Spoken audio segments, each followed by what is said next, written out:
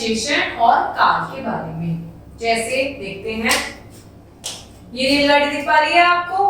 रेलगाड़ी धीरे धीरे चलने लगी, तेजी से दौड़ती हुई कार की दुर्घटना हो गई। तो ये तो आप जानते हैं, जब आप कार ड्राइविंग या कोई ज्यादा तेज कर रहा होता है तो दुर्घटना तो होगी होगी।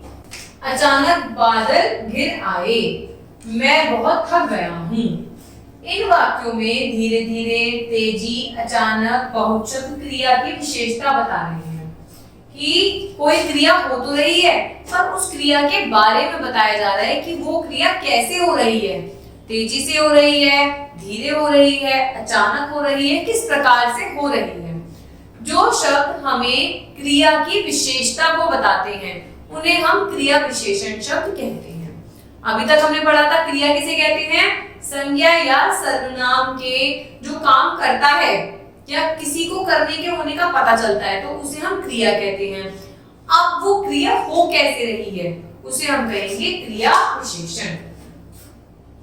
क्रिया की विशेषता बताने वाला शब्द क्रिया विशेषण कहलाते हैं। क्रिया विशेषण बेटा कितने प्रकार के होते हैं? ये 4 प्रकार के होते हैं। पहला है रीतिवाचक, कालवाचक, स्थानवाचक और परिणामवाचक, जिनके बारे में हम आगे उनकी डेफिनेशंस पढ़ेंगे। रीतिवाचक में क्रिया का काल बताने वाला विशेषण, आज, कल, प्रतिदिन आदि। जब क्रिया होती है तो जो अगर हमें पता चलता है कि वो क्रिया कब हुई है, आज हुई है, कल हुई है, परसों हुई थी, तो वो किसके अंदर आते हैं बेटा? रीतिवाचक के अंदर। कालवाचक के अंदर क्या आते हैं? क्रिया की रीति या ढंग बताने वाले विशेषण। जैसे जो क्रिया हो रही है वो धीरे धीरे हो रही है, तेज हो रही है, हल्के से हो रही है, प्यार से हो रही है, जोर से हो रही है। स्थानवाचक की वो जो क्रिया हो रही है वो हो कहाँ रही है?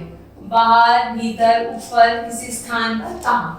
और परिणामवाचक क्रिया का परिणाम या मात्रा बताने के लिए, जैसे वो क्रिया कम हो रही है, ज्यादा हो रही है, थोड़ी हो रही है, बहुत ज्यादा हो रही है, किस तरीके की क्रिया हो रही है। तो जो भी आपका काम हो रहा है वो कब हो रहा है, किस तरीके से हो रहा है, कहाँ पे हो रहा है और वो किस परिणाम में हो रहा है। ज्यादा हो रहा है, कम हो रहा है, जैसे कल मैंने 2 किलो चावल खाए तो अमाउंट आ गई ना, तो वो परिणामवाचक है। अब हम पढ़ेंगे काल के बारे में, मतलब टेंस। कल नानी आई, आज वह आराम कर रही है और कल हम उनके साथ मंदिर जाएंगे। तो कल नानी आई मतलब जो बीत गया है, कल आई थी। आज जो आज है, आज वो आराम कर रही है और हम कल जाएंगे मतलब आने वाले कल में हम उनके साथ मंदिर जाएंगे। पहले वाक्य की क्रिया से पता चलता है कि काम बीते समय में हो चुका है, मतलब वो कल आ गई थी, तो वो उसे क्या कहेंगे? भूतकाल। दूसरे वाक्य में पता चल रहा है कि वर्तमान में, कि आज आराम कर रही है, तो वो क्या होगा? वर्तमान काल। और तीसरे वाक्य से पता चलता है कि क्रिया भविष्य में होगी, मतलब हम कल मंदिर जाएंगे, तो वो कैसे होगी? भविष्य काल। क्रिया के जिस रूप से काम के होने के समय का पता चलता है उसे काल कहते हैं। भाई जो क्रिया हो रही है वो कभी तो हो रही होगी, या तो कल हो रही होगी, या कल होगी, या आज हो रही होगी। तो क्रिया के जिस शब्द से हमें पता चलता है कि वो क्रिया कब हो रही है उसे हम कहते हैं काल। जिससे हमें किसका पता चलता है बच्चों? समय का पता चलता है। अब हम पढ़ेंगे काल के भेद के बारे में।